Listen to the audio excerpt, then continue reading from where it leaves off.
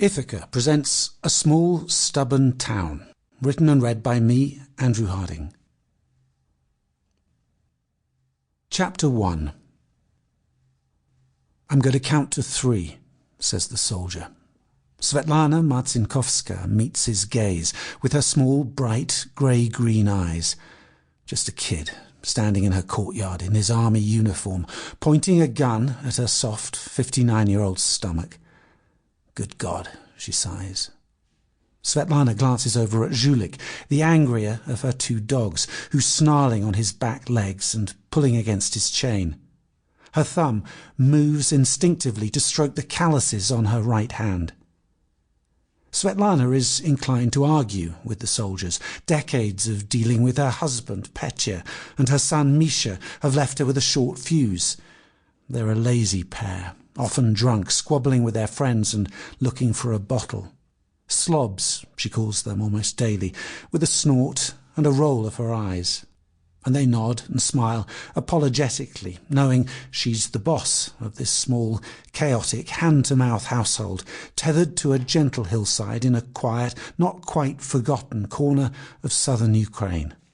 But now these young Russian troops have arrived, on a drizzly afternoon in early March, roaring through the village, churning up her vegetable garden, knocking down her favourite pear tree with their tanks. Motherfuckers. Svetlana is not usually given to swearing, but the word, and others like it, have followed the Russians like a cloud of summer midges as they fanned out across Rakovo village, hammering on steel gates with their rifle butts.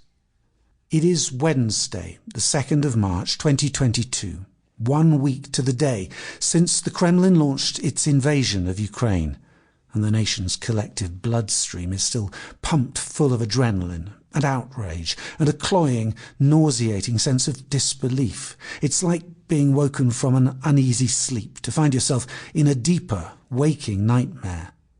Vast columns of Russian armour are advancing from Belarus in the north towards the capital Kiev, from the east into the Donbass region, and from the Crimean Peninsula across southern Ukraine, looking for a way to seize the entire Black Sea coastline.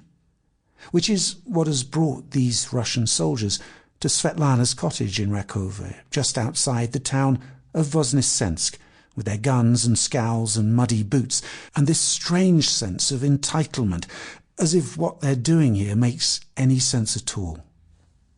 An armoured personnel carrier has already crashed to a halt on top of the Marcinkovskys' outside toilet, reducing it to rubble.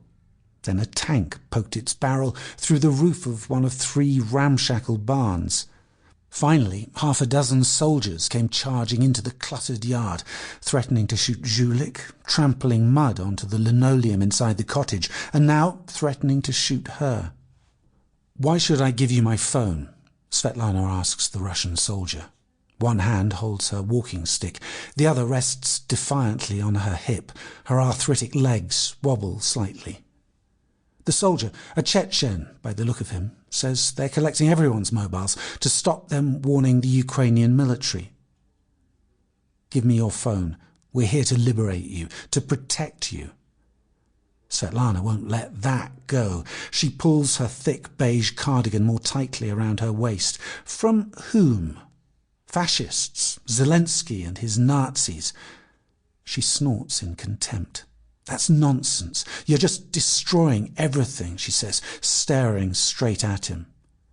Which is what prompts the soldier to raise his AK-47, push it almost politely into Svetlana's stomach, and tell her he's going to count to 3. Chapter 2.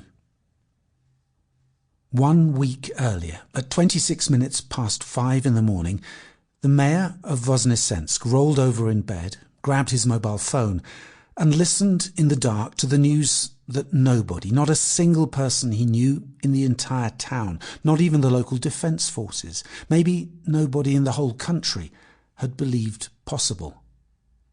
"Understood," said Yevgeny Velichko, already on his feet and looking for his clothes, trying not to let the pounding in his chest give way to a very natural instinct to panic. Russian troops had just crossed the border. A horde of Russian missiles were already crashing into targets. Sample complete. Ready to continue?